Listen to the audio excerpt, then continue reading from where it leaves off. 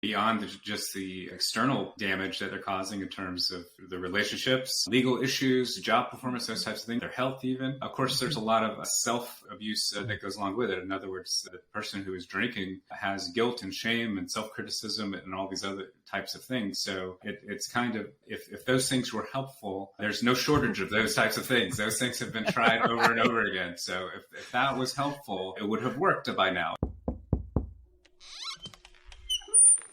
Hey, thanks for coming. Welcome to the Love Shack.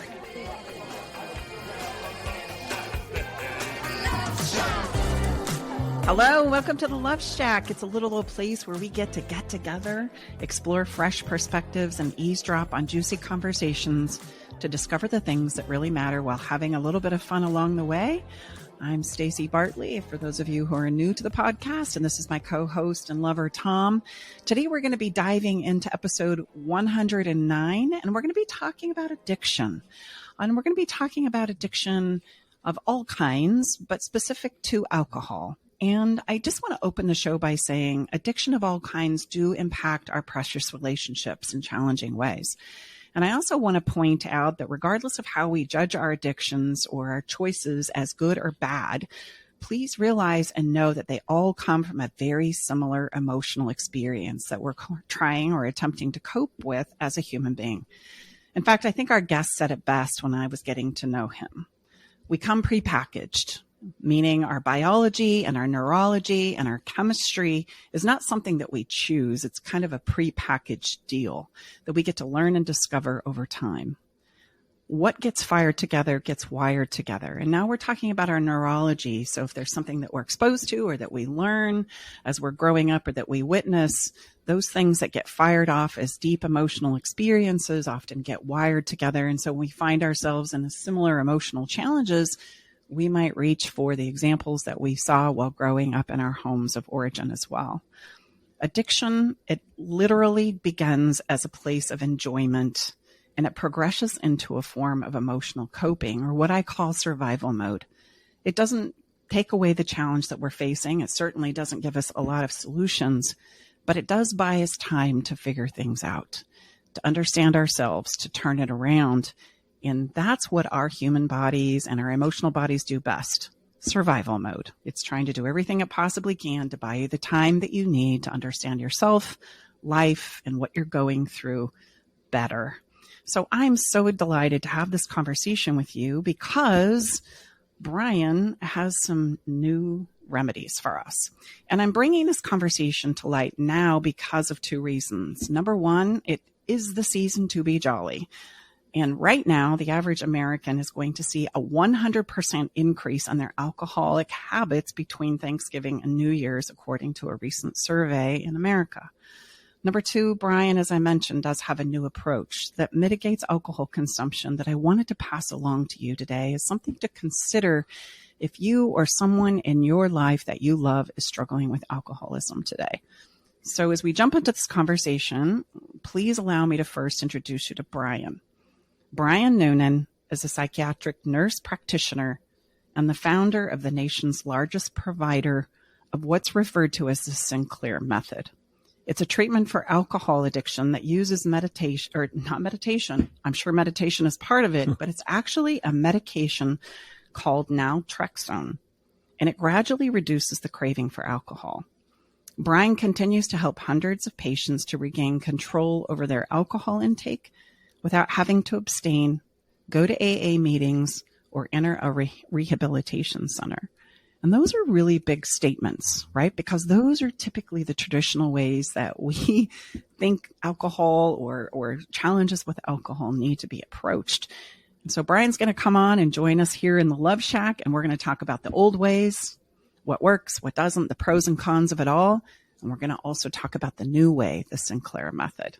Brian, welcome to the show. It is so great to have you here inside the Love Shack. I've been so excited for our conversation today just because I know it's going to help so many people. Yeah, well, thank you very much. And I, too, am excited because after working so long in addiction to finally have a treatment that really seems to be a new model or a new way of thinking about it is very exciting to share with people. Was anybody else shocked about the statistic that our drinking Yes. consumption goes up by 100%? I was going to add, and for those of you that listen often know that I don't get a lot of opportunities to add, but when I do, I try to make them impactful. But yes, I said that we're in the season to be invited to a lot of places that we don't normally go, or parties and things and gatherings. But that statistic blows me away. Yeah, it did me too when I uncovered it. Brian, is that shocking or surprising to you?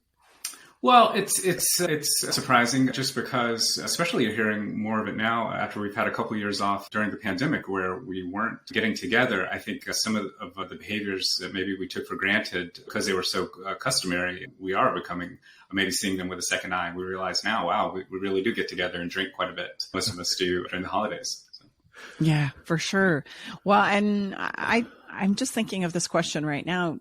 In your opinion, did you see drinking go up while we were isolated, or do you see it actually increasing now that we're kind of quasi back to normal? Well, you definitely saw this trend of the frequency of drinking increasing during the pandemic. And so it wasn't necessarily that people were creating kind of acute problems for themselves via drinking, but it just became easier to drink earlier if they were working from home, or, it was something that could actually be concealed even, or some people started drinking a little bit while they were working, if they were doing paperwork or something that didn't require any interaction. So there was an increase of this becoming part of the daily routine where people were just drinking more frequently and also earlier in the day. Usually there would be some postponement, at least due to work and a commute or something like that. But for sure, it became more of a daily habit for many people. Mm-hmm. I like to neutralize the conversation around addiction, regardless of what it might be, by just saying, those, like I said in the beginning of the show, those emotions that we have, whether we're shopping or over exercising or overworking or over drinking or eating, or, they all come from the very similar same place emotion that we're trying to cope from as a human being. And I was thinking, when I was putting the show together today, I love what you said about being prepackaged. And just to iterate that, it was like you had shared with me as we were getting to know each other that, Brian, your preference was cannabis, that alcohol didn't really do much for you, but you come from a family where alcoholism was definitely present. And I didn't have any exposure to alcohol or cannabis. I come from the land of the holy, Salt Lake City, Utah, and I wasn't exposed to any of that until I was well into adulthood. But I love wine, and I would say, babe, I think you like both. I think we're getting all the secrets out. That's right. Yeah. Just to say, it's so true. We have a natural tendency or something that works for us to help us feel just that little bit better. And Brian, the work that you do, I know you've been doing for quite some time. Would you share with us a little bit about what motivates you in your passion of helping people with alcoholism? Where does that come from?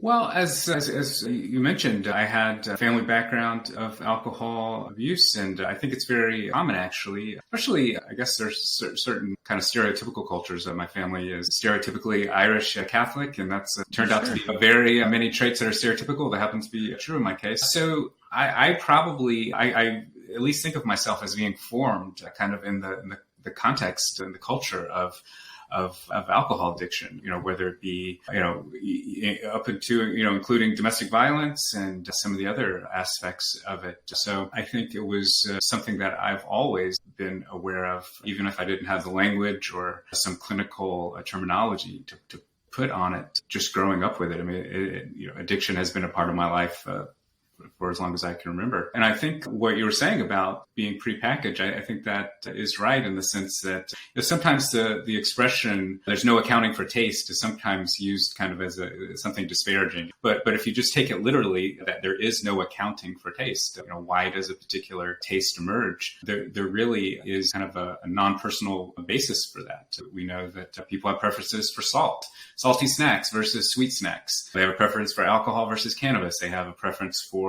lots of social interaction versus less social interaction. So a lot of these kind of at least preferences or tendencies are hardwired in us. I'm pretty sure my father has 6 siblings, and 5 of the 6 have have had clear-cut addictions to alcohol and kind of recurring issues in his father, and it really goes down the line with that. So strong genetic predisposition for sure. I'm curious, Brian. I certainly have my opinions on this professionally, but what is your perspective on why is it that alcohol and domestic violence kind of go hand in hand? Why are those two things linked for us typically as human beings? Why the more we get wasted and the more we go down that road, maybe the majority of us, percentagely speaking, get angry or lash out or turns to some kind of a violent outburst. Do you have any thoughts about that?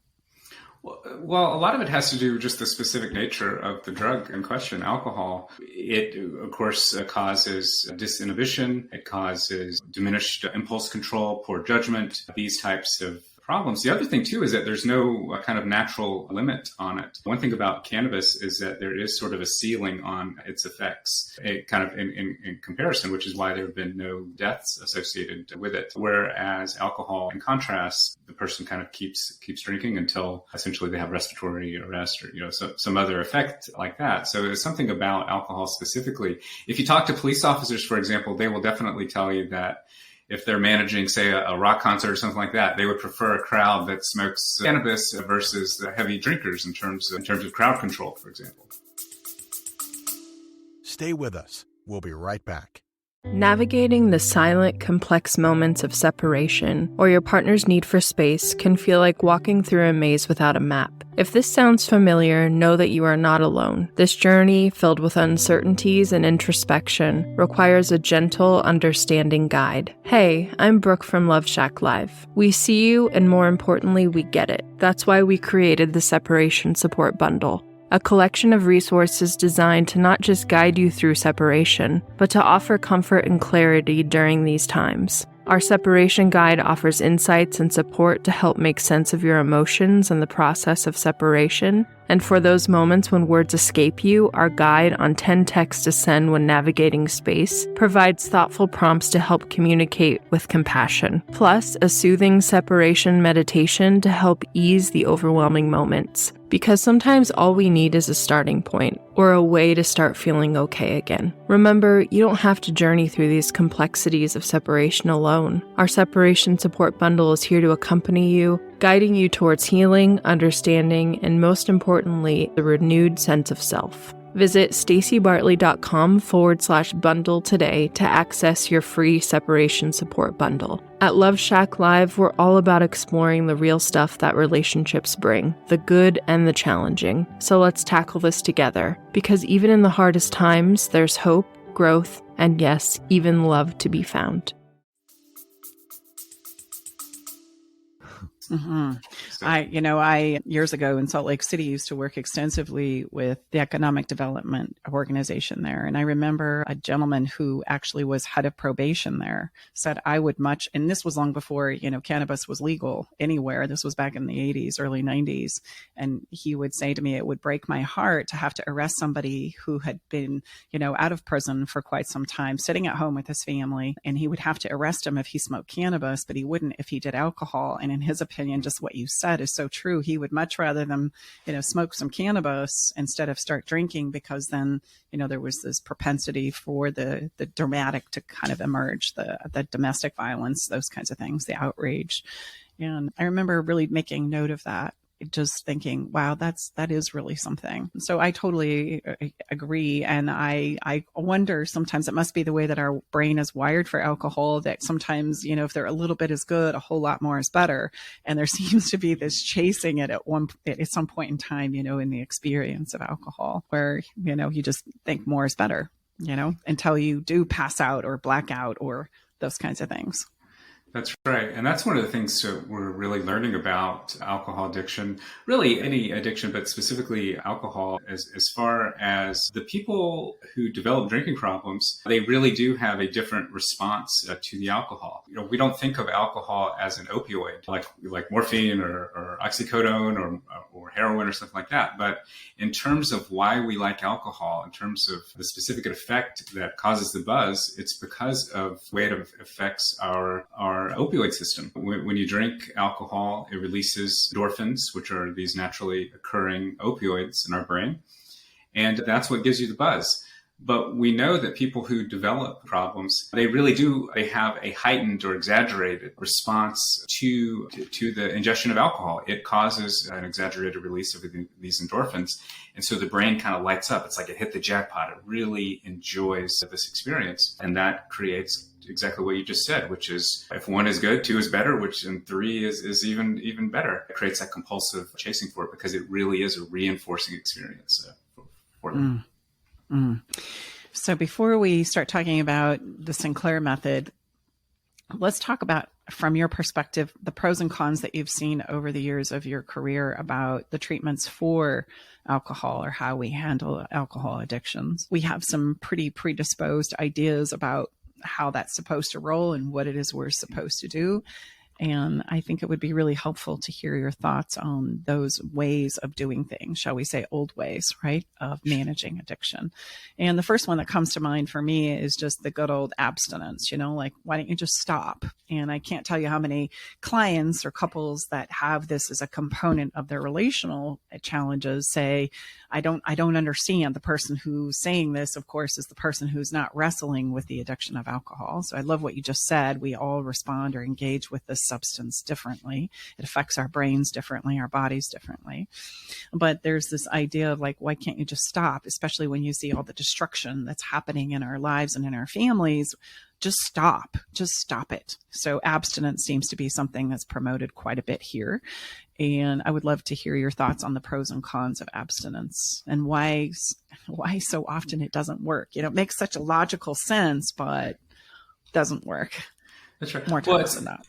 Well, it's important. The word addiction itself comes from a Latin word, addictus, which under Roman law was a word they used to mean that the person became enslaved somehow by a court ruling. So even kind of from early on, the word had some relationship to being enslaved in some particular way.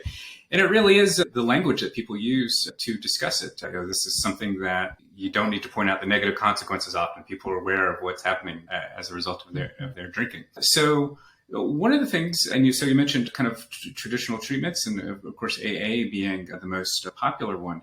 I would say one of the things that they all have in common, just in contrast to the Sinclair Method, is that they don't really get to the underlying compulsive neurology or the compulsion that has a neurological underpinning, that your brain is actively seeking out this rewarding experience once the addiction has set in.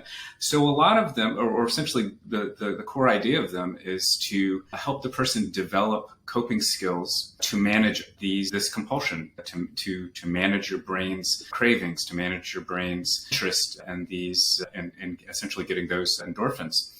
And so abstinence is, as you said, it's kind of thought of, well, just stop drinking and give it enough time and then you'll be fine. One of the interesting things about AA, I think, and they actually do a lot of wisdom, I think, in terms of descriptions of certain behaviors, and it's definitely not something that should just be thrown out wholesale. One of the main things I think they point out is that no matter how long you've been abstinent, whether it's 5 years or 10 years or whatever it might be, once you pick up and start drinking again, you're gonna pick up right back where you left off 5, 10, or 20 years ago.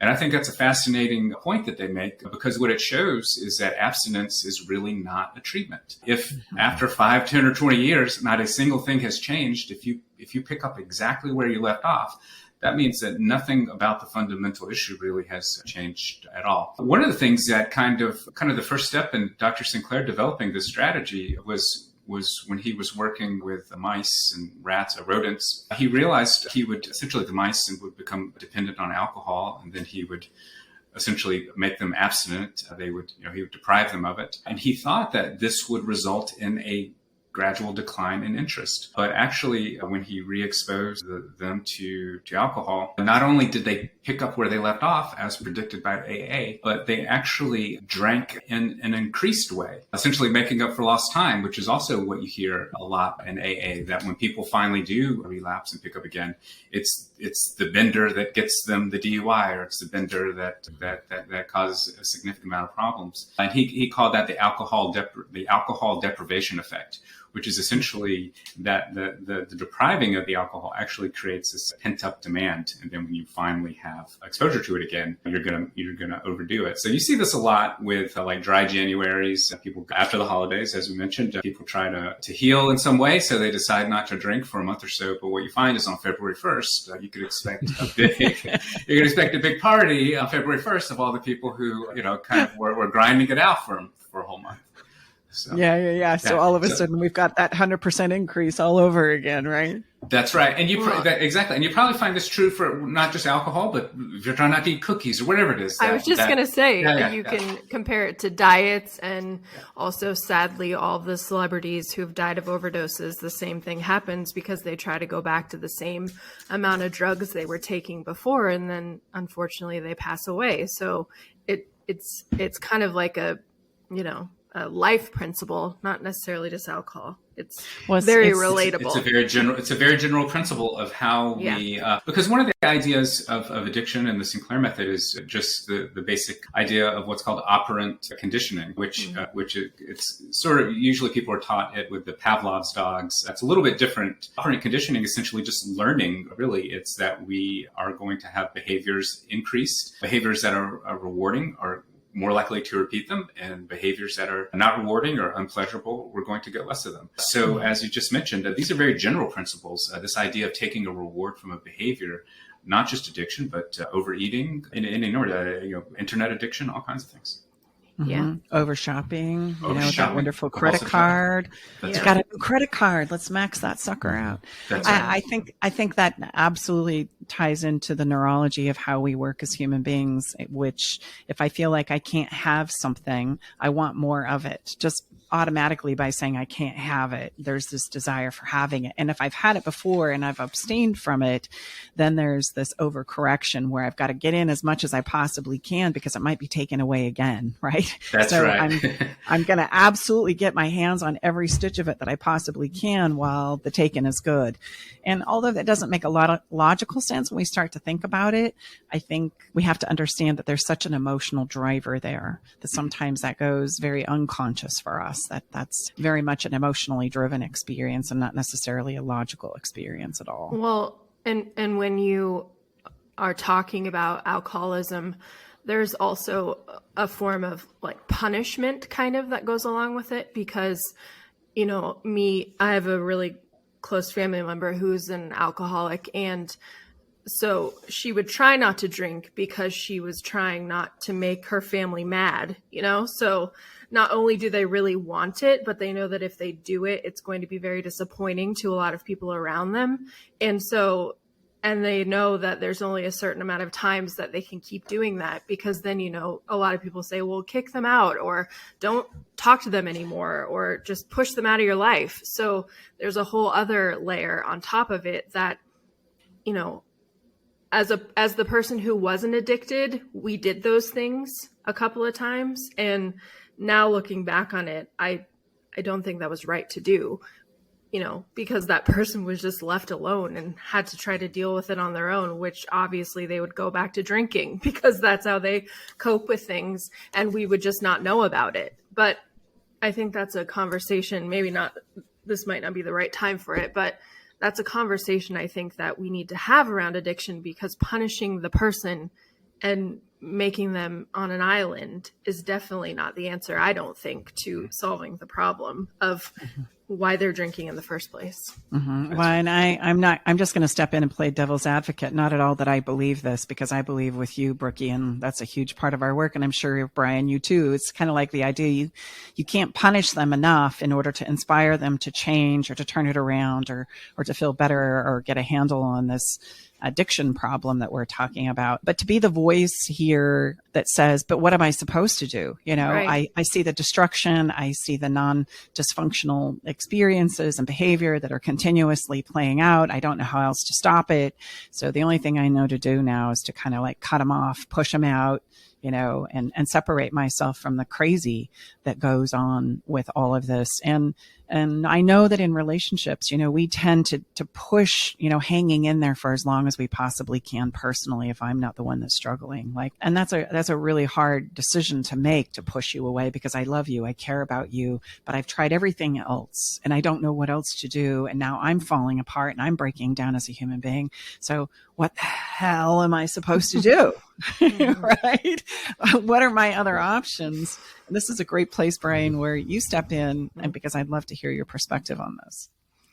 That's right. I think to Brooke's point about kind of punishing a person, we beyond just the external damage that they're causing in terms of the relationships, legal issues, job performance, those types of things, their health even. Of course, there's a lot of self-abuse that goes along with it. In other words, the person who is drinking has guilt and shame and self-criticism and all these other types of things. So it's kind of, if those things were helpful, there's no shortage of those types of things. Those things have been tried over and over again. So if that was helpful, it would have worked by now. And perhaps some percentage of people it worked early on in the stage and we don't see those people. Yeah. But we can say for sure that after some extent down the path they're on, the criticism and punishment and these types of things have been tried and they aren't successful. Yeah. And it's because it's not rational. The part of your brain that is kind of interested in the pursuit of this reward is not doing some calculation of pros and cons. It's a single-minded pursuit of obtain this reward at all costs. And so even if it means X, Y, and Z. So that's why it is completely irrational.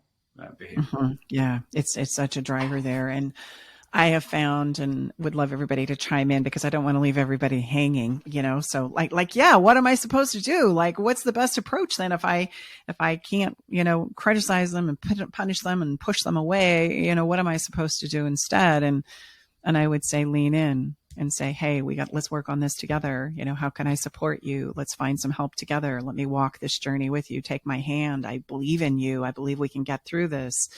I believe that there's a better place for us, and let's learn about it. Let's study. Let's explore some options. Let's get some support and help, because here's what I do know is that people are probably not going to be able to get through this on their own, right? Mm-hmm. It's kind of like if we keep it our dirty little secret inside of the household and not let anybody know, and I'll support your drinking habit, and we're going to negotiate about how this is supposed to go down, this time of year or on our anniversary or on your birthday, that doesn't work either. And so it's kind of like we got to shed some light on it and take the shame away and say, hey, it's quasi okay to have this as a challenge. Many people do. Let's just learn about it. Let's get better at it. Let's understand it. Let's talk to people who have been successful with it.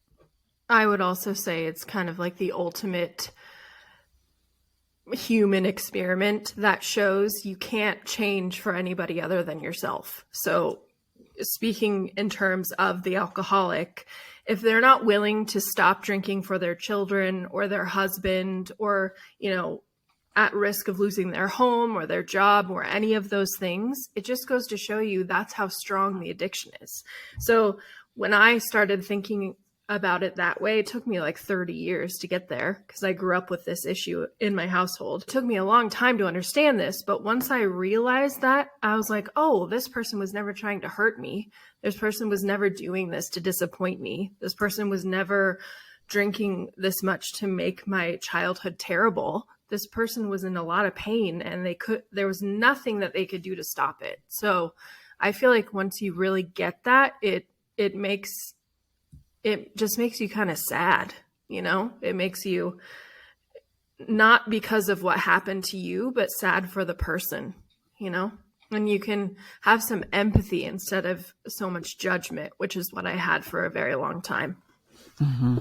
Yeah, I think that's right. I mean, it's an awful thing to be captured by, Mm-hmm. And I think your kind of movement towards compassion is really what's going to be necessary on a societal level too, because like you said, judgment and blame, all these things, they aren't helpful. Even if you just think empirically, or where's the evidence? It's not an effective approach. The judgment. So we should abandon. And I want to create a distinction here that empathy is not equal to just going along with things.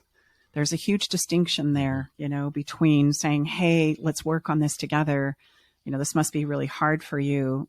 Let's get some help and support together. And then just thinking, oh, empathy means I just have to go along with it, or I have to support it, or I have to be a part of it. There's a huge distinction there. And sometimes when we start talking about empathy and not punishing somebody or attempting to force them to stop because we see how destructive it is to us, to our families, to them, quite frankly, we have a tendency to not know how to switch ourselves out of that line of thinking. And so I just want to create that distinction. That means, no, we're going to get some help. We need to get some support. I hope that you'll follow me. We've got to turn this around, and I'm willing to walk with you. And I love that version of empathy. That means I walk with you. That means you're going to take my hand and we're going to figure this out together, so that I remind you and me that we're not alone, but I'm also the voice that says, come on, we can do this. You can do this. I believe in you. And I think those are the parts and pieces that often go missing in the conversation around addiction, that I believe in you and us to figure this out. Right. And that very quickly turns into, you got to stop. You got to get a handle on this. What's wrong with you? I can't believe you're doing this again. Why are you drinking again? No, I believe in. And I think that's more impactful. Yeah. And I think in terms of seeking help, a lot of the old idea of people being in denial, now a person might claim that there's no issue, but really much of that is just about kind of the consequences of acknowledging an issue. If I admit that I have a drinking problem, therefore I need to, whatever's in that, what that means to them. I have to go to rehab. I have to do XYZ. And of course the part of their brain that is addicted, that's the last thing on earth it has any interest in doing. It's going to rehab. So of course it's going to claim that there's no problem here. But I've really, people I worked with through the years, they know that they drink too much. They want to drink less. So even though they might deny it or minimize it, it's because with the consequences of just being open about it, might get them yelled at or whatever it is, so that's where the secrecy and lies even from a lot of times as well. I think it's important for us to just point out here in this conversation some situations and circumstances that if you don't struggle with alcohol, you may not be aware of, that come up for very commonly the person who is addicted to alcohol, and sometimes the catch-22 that they're put in as a human being. And where I'm going with this is humans connect, and they have for thousands of years, around food and beverage. Like, that's a gathering point. And if we were to gather around a table and everybody was pulling out the alcohol for a good glass of wine around the meal, and you're a person who knows that once you get started, you can't necessarily keep a handle on it, but you want to be a part of what's happening. And not only that, the people that you're with want you to be a part of. There's nothing worse than feeling like you've prepared a wonderful meal and pulled out some really good beverage, and now somebody's not going to partake of it. It's kind of disappointing to the host and the people at the table as well. And that's where we're going to start into experiencing maybe some peer pressure. Come on, just have one, try it. It's going to be delicious. I've done this myself. I mean, even knowing what I know and the work that I do, if there's somebody that's gathering around my table that doesn't necessarily want to try a wine or something that's being offered around the table, my first thought, because I don't struggle with alcohol, is maybe this is something they're trying to do for themselves. I would say, oh, come on, it's from this and it's this varietal. You're going to love it. This is where we got it. I'm going to start telling them the whole story behind it. And of course, then they feel like they want to be a part of, so sometimes we don't realize that when we abstain from alcohol or don't have really great skills for managing it, it really separates us from the connection that's available at the table, because this is how we as human beings connect. This was an experience that wasn't driven home for me primarily with alcohol, but when I was studying raw food and I got really fanatical about it. And I remember a woman saying, oh, well, when you go home for the holidays, you just prepare your own little side dish and you say, oh, thanks for the meal. But then you just pull out your own and you just enjoy that at the table. And I remember that hit me like a ton of bricks. Like, that would never be okay, because you're now disconnecting from everything that's happening around the table. The connection happens because we're sharing the same food. We're sharing the same conversation. We're sharing the same beverage.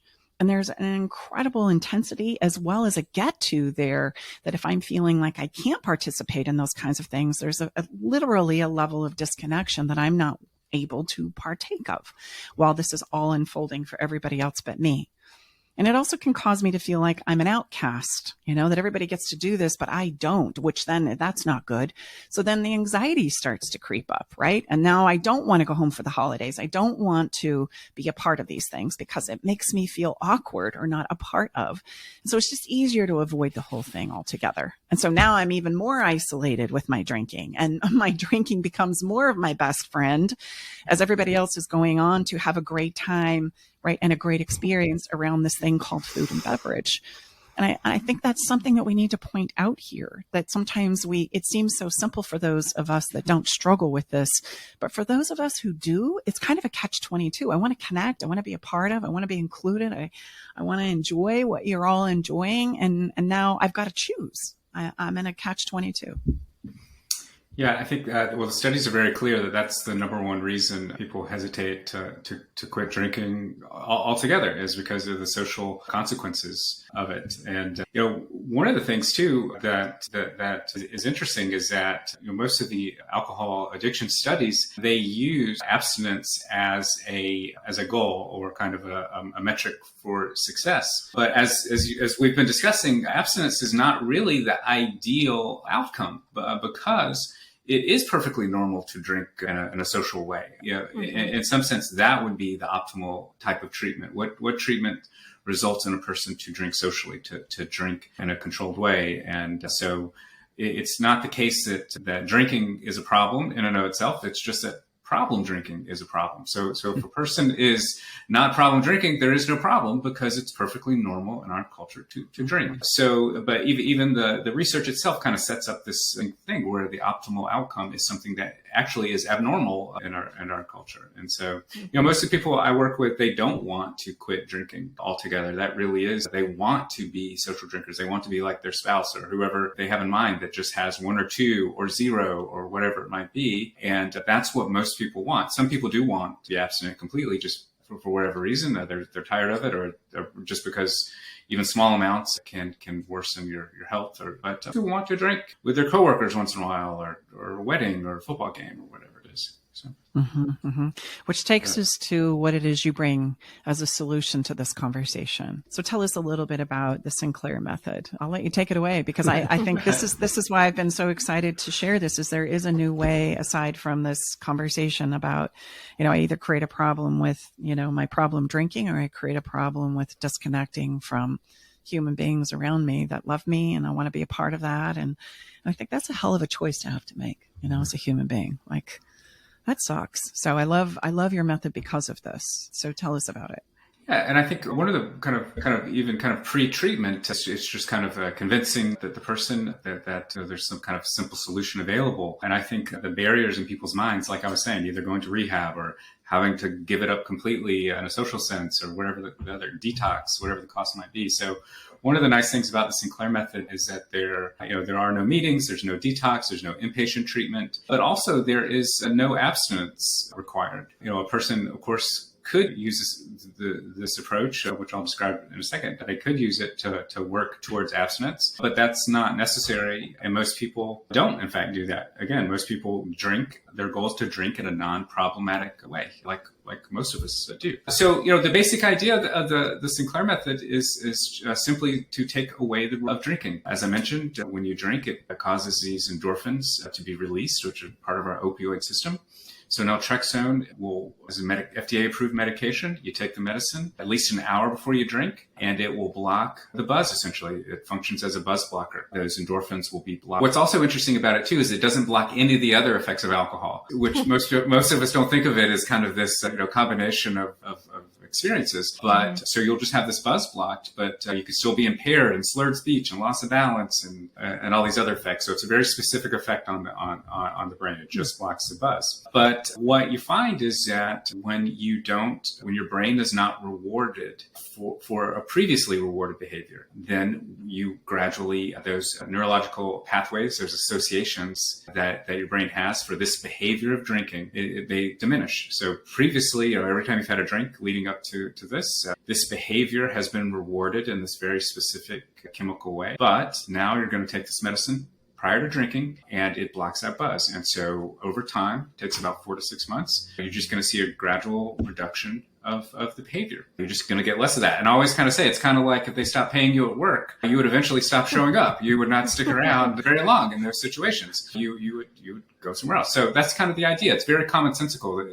I think at first glance, because it involves drinking, people think there's something radical or unusual about it. But really, as I was saying, you have to have the behavior of drinking combined with no reward to reverse those pathways. Abstinence does not really address those issues. So you have to actively reverse those pathways because time alone does not change the addicted mind. And so what it looks like is eventually people, so you're not getting this reward, And, we have people logging their drinks. So they might start off with 2 bottles of wine is kind of a night is pretty typical, or something like that, to 8 to 10 shots a night. I mean, we see all kinds of, very, very large amounts.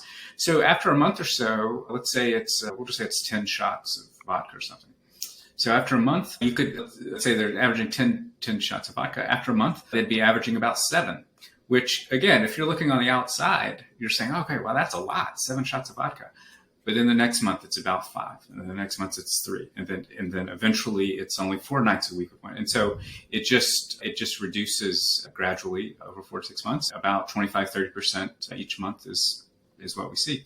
And ultimately, what's nice about it is you don't have to take it every day. If you ultimately wind up just drinking once or twice a week, then you just take the medication once or twice a week, and it blocks the buzz. So we kind of think of it as like a seatbelt or something like that. If you're going to drive, you're always going to want to wear your seatbelt. If you don't drive, you don't wear your seatbelt. So for people who have this sort of neurological predisposition, it's going to be very, very wise to take this medication prior to drinking. It will essentially normalize the experience for you. Instead of your brain lighting up in this excited way, you're going to have an experience of drinking similar to other people who are not overdoing it, who do have break that you don't. Mm-hmm. I love this because I'm such a believer of changing behavior, right? What we can do to change the behavior is going to be probably the better path of progression, because until the behavior changes, the habits that support that behavior are not. And I think this is where understanding the neuroplasty of our brain is really helpful as well. Sometimes there's a big downer in thinking that, what gets fired together gets wired together in our brain. And we know that that's a very common thing, whether we're talking about addiction or sex or some of the human experiences that we have in relationship to all of our human experiences.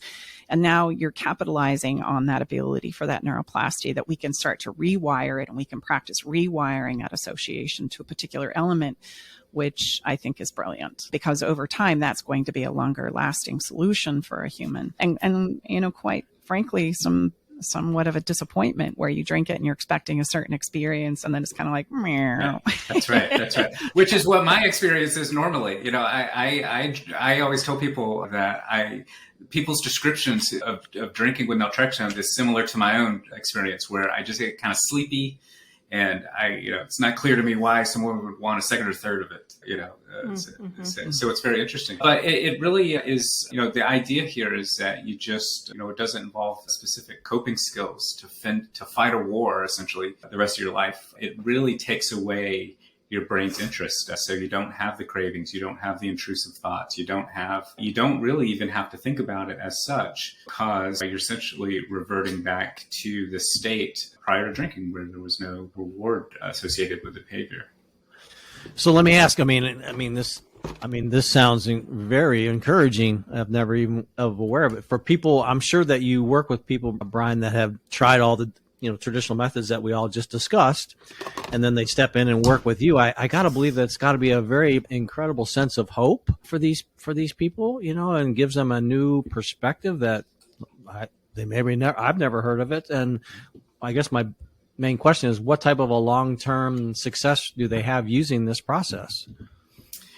Well, I'll tell you, the first reaction is often anger, depending on how much money they've spent on other treatments, or why didn't I know about this? How long has this been? It's like they want answers. Like why are you the first person telling me this? And so there's that, and it just kind of in conjunction to that, it's actually been FDA approved. The medication naltrexone has actually been FDA approved since '94. So it's been out for a really long time. But what happened is that it was FDA approved, but then subsequent studies, actually the largest study of naltrexone was negative because was in a way that encouraged abstinence. So they told the person, they were telling the people, don't take your naltrexone and just don't drink, go as long as you can without drinking. And it didn't beat placebo. And that study's in the New England Journal of Medicine. So it wasn't until Dr. Sinclair started doing these other kind of experiments and realizing that the people who drank actually showed some benefits. And if the study had been longer, you would have seen these kind of continued reductions in it. So a lot of people are kind of like you saying, well, either one, it's too good to be true. So there could be some skepticism, that kind of thing. Like, why haven't I heard of this? If this works, like you suggest, that type of thing.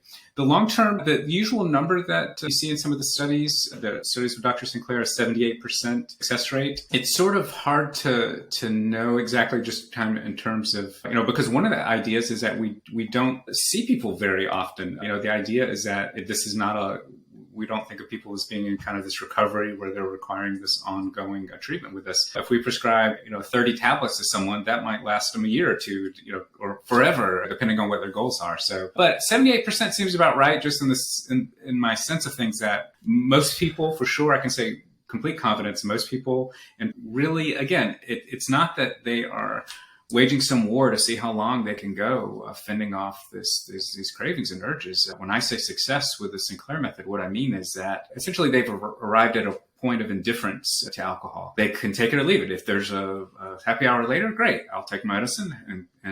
But then if I don't drink for 2 weeks, I'm not patting myself on the back about it either. It's just not something that is there.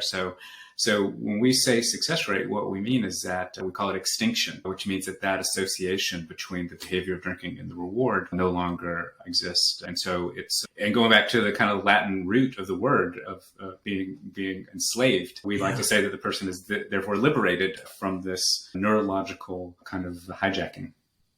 Mm-hmm. No, that's so great. And I love what you said about it's not drinking that's the problem, it's problem drinking. And you've basically eradicated that. There is no problem drinking as long as I wear my seatbelt and take the medicine, right? And does one need to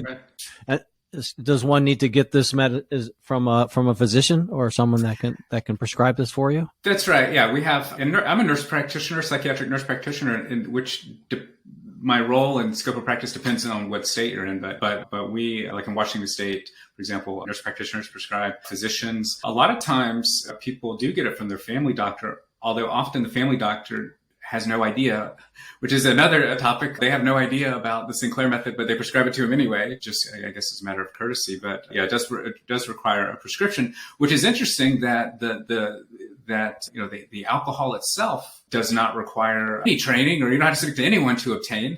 And in fact, you walk right by it in the pharmacy on your way to pick up your medicine. It's in the alcohol itself is in the pharmacy. You can pick that up without talking to someone like me. So it's interesting how there are actually barriers to this that exist, because it is a very safe drug. We have a lot of opioid receptors, a lot of serotonin receptors, dopamine. Most of those, what we think of as psychiatric receptors, are really in our stomach. So in terms of side effects, it really is well tolerated, but it can cause GI distress, nausea, and diarrhea, that kind of thing. But in terms of comparing it to alcohol, in terms of side effects, in terms of consequences, it's a much safer drug than alcohol, of course.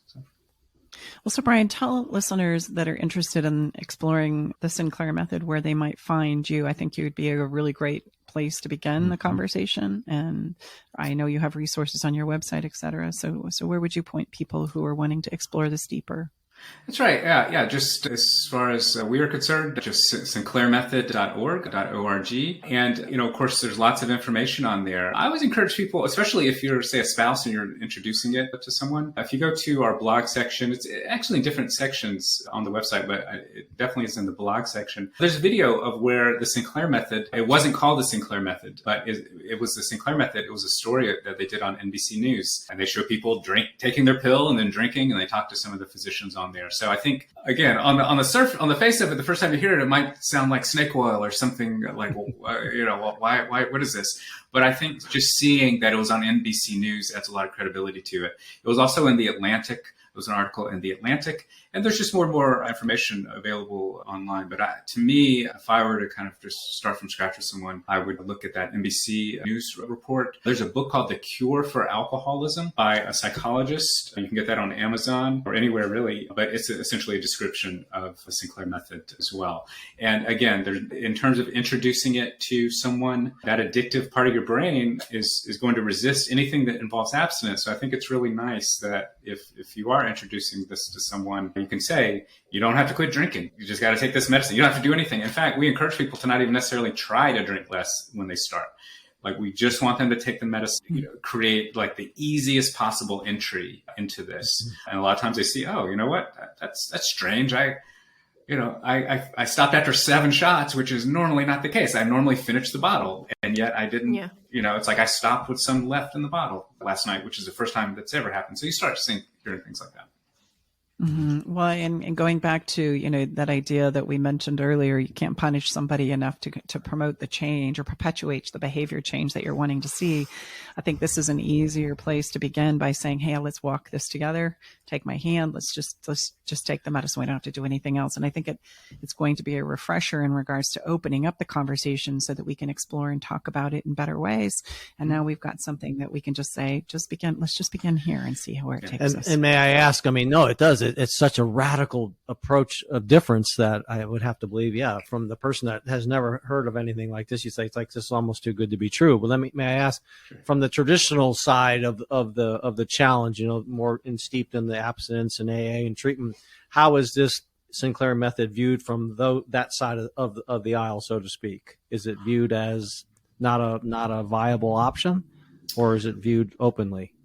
Well, it's certainly there is some resistance to it. It's interesting if you look at some of the reasons why people oppose it. A lot of them have to do with not getting at the root cause or some of these other things, but they really aren't there's not really a scientific basis for kind of their resistance. The other thing is too, of course, a lot of people have professionally at stake for this. They've been trained a particular way. There's a lot, so we do see some kind of defensiveness about it. Now, we don't discourage people from doing various things. And I think AA is a wonderful program for certain things. Like it talks about having a fearless moral inventory and righting the wrongs. And all those things are great. So we can do both. Exactly. But I think, so there's some criticism, especially if it's presented as this kind of paradoxical, like there were articles you used to see, like drink yourself sober, those types of things. But once you explain that it's simply just taking away the reward and that there are many, many examples around us constantly where we're rewarded, where we repeat behaviors based on reward, it seems more commonsensical.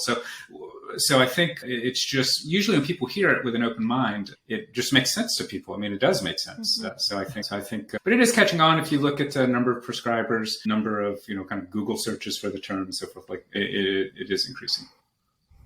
Well, I just got to say this, and then, gosh, it would be great for all of us to kind of like take a takeaway that we're all personally taking away from the conversation today that we want to leave behind to the listener. But you and I, Brian, come from very similar places where we don't believe we have to get to the root of the problem in order to change behavior going forward. We just change the trajectory that we're going in. And I'm very much an anomaly in my profession as well, that we believe in therapy. We've got to get down to the root of the cause and we've got to get to the bottom of it. And I say, we're probably not going to make that journey. Actually, that's probably not going to benefit us a lot simply because of what's emotionally required. We're going to run out of gas. So let's just begin where we are and start going in a new direction right away. And I think that's going to, as we get stronger going forward, help us, if we need to, reflect on some of the things about that root problem, right, or that root cause. If we begin there, we're probably not going to make the journey, right? It's going to be a big struggle. And I very much hear you saying that in this approach as well. Well, it's interesting because that is exactly what I think. So you picked up correctly. And in fact, what's interesting, cognitive behavioral therapy is kind of the most studied and well-supported type of therapy. But if you were to ask most people or clinicians who practice it even to describe it, that they would really start with the cognitive aspects. They would talk about cognitive distortions and black and white thinking, and all those things are important. But really, it's the behavioral part of CBT, of cognitive behavioral therapy, really does not get enough credit. There were at least 2 large studies that broke down the components of the CBT. And what they found was that a particular part of the behavioral component called behavioral activation, which is essentially just behaving in ways that are constructive, reinforcing positive, essentially behaving in the ways that you want to, the type of person you want to be. To behave, exactly. I want to start exercising. I want to join a community group. I want to start cycling or whatever it is. So that component, behavioral activation, was actually responsible for the majority of the benefits of CBT. It was the single most important part, which is to simply start behaving in a particular way. Start behaving like a non-depressed person, start behaving like a non-anxious person, start behaving like a whatever. So behavior really, I certainly emphasize that. And behavioral strategies are, in my opinion, the most helpful and also the most enduring. Comparing behavioral activation to antidepressants, for example, actually a slightly superior behavioral activation in terms of sustaining remission of symptoms. Totally agree with you, my friend, up top. High five on that one. Yeah, that's right. But it's interesting, too, because, the pandemic essentially created a shrinkage of our world in terms of the behaviors that we could do. And so it was kind of like a natural experiment in terms of, the mental health issues that the country, the world, I guess, experience. People, it's because the types of things that we would normally do, whether it be community or just going to the gym or all the things that make us healthy and non-depressed were taken away from us. So it's kind of even a really good example of how changing behavior, that the behavior is kind of the priority. If you change the behavior, the driver, if you change the behavior, you're going to change your mood. But a lot of people are waiting for the right mood to come before they change your behavior. And I always say you might be waiting a long time because it might not come. So you might want to, so do these other things. So, yeah. Right. Totally agree with you. One last thought you've just triggered for whatever it's worth. During the pandemic, we have this really fun brewery that's not far from our house. And I'll never forget pulling up there one Sunday afternoon when everybody was supposed to be quarantined. We were going for a drive and there were literally camp chairs set up on both sides of the street and people were wanting to just connect, right? They were all bringing their own beer. And they were lined up 6 feet apart down both sides of the street and they were talking, and some of them even had like a little megaphone to make the hearing back and forth even better.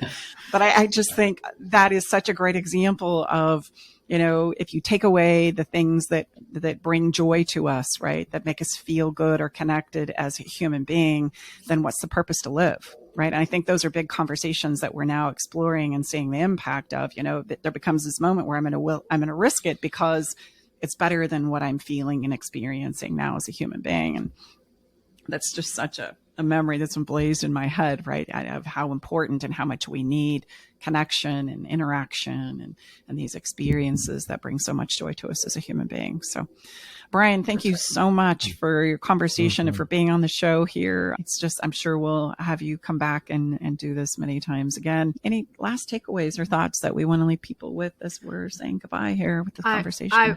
I want to share one thought for people who are maybe a spouse of an alcoholic or a child of an alcoholic. I just want you to think for a minute, the way that we have been taught to treat them is kind of how parents tell their children, if you're ever drunk, you can call me and I promise you won't get in trouble. And then you yell at them for getting drunk, so why would your kid ever call you? We do the same thing to the alcoholics in our lives. Like, please, we're begging you to tell us the truth. Are you drunk? Did you drink? Do you have alcohol in your house? And then the second they tell us that they do, or they are drunk, or they did drink, we berate them and how disappointed we are and we cry and, we get so upset. And so just think for a moment why there's so much shame and guilt around these behaviors, because we're doing this to them because we don't know any better. They don't know any better. It's I'm not saying anyone should be in trouble for this, but just take from my 36 years of dealing with an alcoholic relative and going on this journey together with them, that is not the way that you should deal with it. And it just elongates both of your periods of suffering. And I would say that approaching it with the Sinclair Method would totally eliminate all of that painful suffering for both people. And it would be an excellent way to approach it without all of that emotional baggage. And so I would just like to thank Brian for sharing this gift, because I know it's going to help a lot of people. And it's really near and dear to my heart. So it's very powerful. What about you? I don't think there's much I can add to that. I agree. Yeah, I really appreciate that. It's such you never really hear the phrase alcohol, epidemic like you do with opioids, but really in terms of deaths, in terms of lost labor, in terms of any kind of metric, alcohol is a larger societal problem. Alcohol addiction is a larger societal problem. So, if you yourself are not suffering from it, it's something that you really care about. So it's a fourth leading cause of preventable death for adults. It's really embedded in our culture. And as Brooke mentioned, there's shame and all these, other kinds of negative things. But really, it's nice here because you can drink. You can openly have your 7 shots of vodka that first month. That's and that's fine. You don't have to. Yeah. So there's kind of any damage to the relationship from dishonesty. I mean, all those types of things can really start all that to goes heal. away. All that can start to heal. There's not a secret about it. So. Yeah, it's wonderful. Well, Brian, have a happy holiday season, and thank you so much for being here with us and sharing your knowledge and expertise with us. And again, you guys just reach out, check it out. I get there's probably a lot, flowing through your brain right now about all of this, but just go check it out. And then I promise you the rest of it's going to be made clear. So Brian, thanks so much. And this has been a great conversation. I think one we'll have again, I'm sure, here real soon. Yeah, it was great meeting you, everyone, and happy holidays as well. Happy holidays to you too. Thank you. Okay.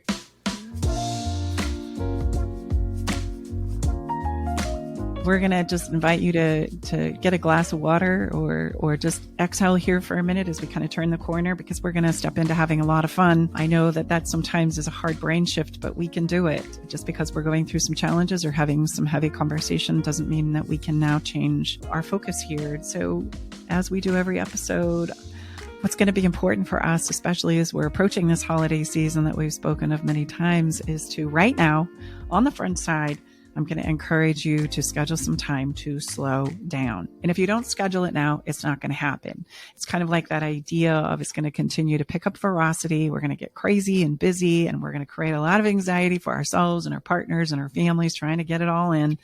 So before we start scheduling those holiday parties and gatherings and all the many wonderful things that have got to be done throughout the season, I'm going to just encourage you to schedule at least 1, if not 2, places where you get to slow down. And that can look like, schedule massages. It could look like create a spa in your own house, just close the doors and exhale and treat yourself to some of your favorite things like a bubble bath and some massage oil and some good reading or good books or good movies. I'm just going to kind of close myself away for a minute. But it could also be, Tom and I recently visited a bathhouse, a Japanese bathhouse, which was incredible, where you go from cold plunge to hot tub to sauna to steam. Oh, it was incredible. And there was this place in the middle of the courtyard where you could kind of relax and hang out, and people were reading and talking, and it was an incredible experience.